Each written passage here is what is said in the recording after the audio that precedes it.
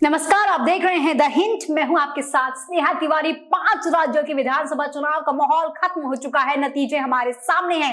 3 राज्यों में बीजेपी को बहुमत हासिल हुई है, एक राज्य में कांग्रेस ने भी जीत हासिल की है और एक राज्य में ना बीजेपी ना कांग्रेस। और चूंकि आज बात हो रही है बीजेपी वर्सेस कांग्रेस की, तो आज इन चारों राज्यों की बात थोड़ी जरूरी हो गई है।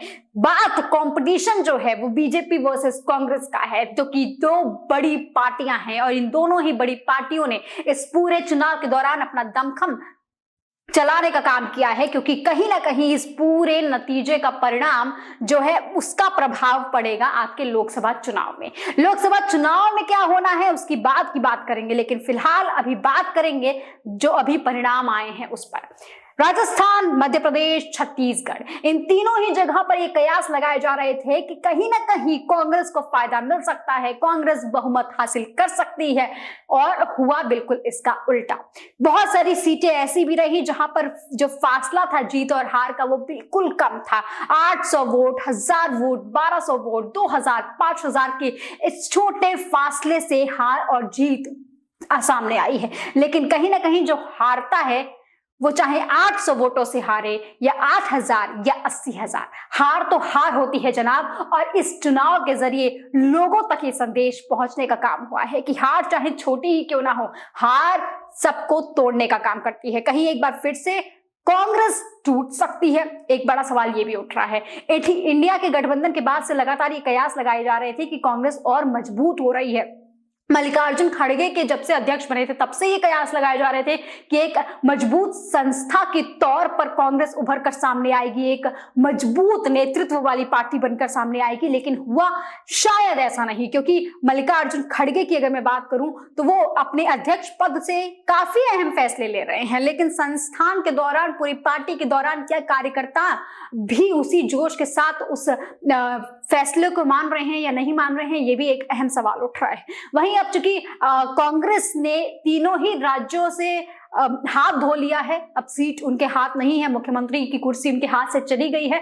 बीजेपी मुख्यमंत्री बनाने के लिए लगातार सोच विचार कर रही है, मंथन कर रही है। राजस्थान की बात करूं तो जहां पूर्व मुख्यमंत्री जो बीजेपी की तरफ से रही थी वसुंधरा राजे, पिछले कार्यकाल के दौरान अब उनका नाम सामने आ रहा है कि शायद बीजेपी उनके नाम पर मोहर लगा सकती है। लेकिन कहीं ना कहीं इस पूरे रेस में बाबा बालकनाथ का भी चेहरा उसी तरीके से सामने आ रहा है, क्योंकि बीजेपी का इतिहास रहा है कि वो किसी एक को उठाती है, उसको मुख्यमंत्री बनाती है और रात रात में ही फैसला बदल देती है, तकदीर बदलने का काम करती है। एक बार फिर से हमने देखा था उत्तर प्रदेश के मुख्यमंत्री जो योगी आदित्यनाथ फिलहाल हैं, उन्हें किस तरीके से रातों रात योगी से मुख्यमंत्री बनाने का काम किया गया था। क्या एक बार फिर से इस तरीके की इतिहास को दोहराया जाएगा राजस्थान में, एक बड़ा सवाल उठता है। वहीं इस रेस में दिया कुमारी का भी नाम सामने आ रहा है, जो कि राजस्थान की राजकुमारी रही हैं, उनको लोगों का बहुत प्यार मिला है और काफी वोटों से भी उन्होंने जीत हासिल की है, तो उनका भी नाम इस रेस में सामने आ रहा है। वहीं अगर बात की जाए मध्य प्रदेश की, तो वहां मामा की योजनाएं चूंकि काम की है, मामा के चेहरे पर यह चुनाव जीता गया है, मामा की योजनाएं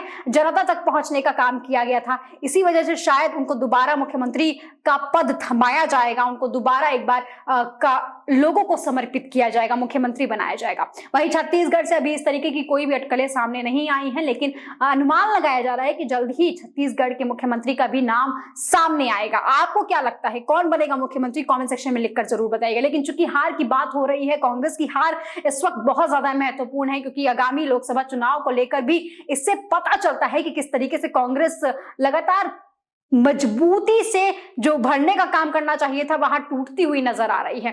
तेलंगाना में कांग्रेस ने जीत हासिल की है, साउथ में कांग्रेस का प्रभाव लगातार मजबूत हो रहा है, लेकिन आखिर बाकी राज्यों में कहां चूक गई कांग्रेस, एक बड़ा सवाल है।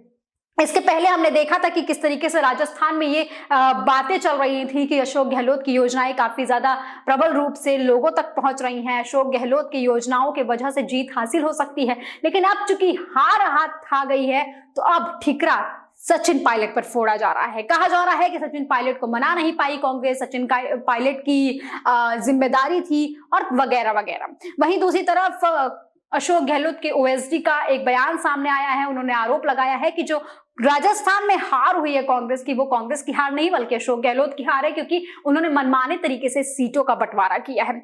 वहीं इस तरीके के बयान मध्य प्रदेश से भी सामने आ रहे हैं कि कमलनाथ की मनमानी की वजह से मध्य प्रदेश नहीं जीत पाई कांग्रेस। लेकिन ये आरोपों का दौर है, चूंकि हार हाथ आ गई है तो कहीं ना कहीं ठीकरा तो फूटना ही था और यही हो भी रहा है।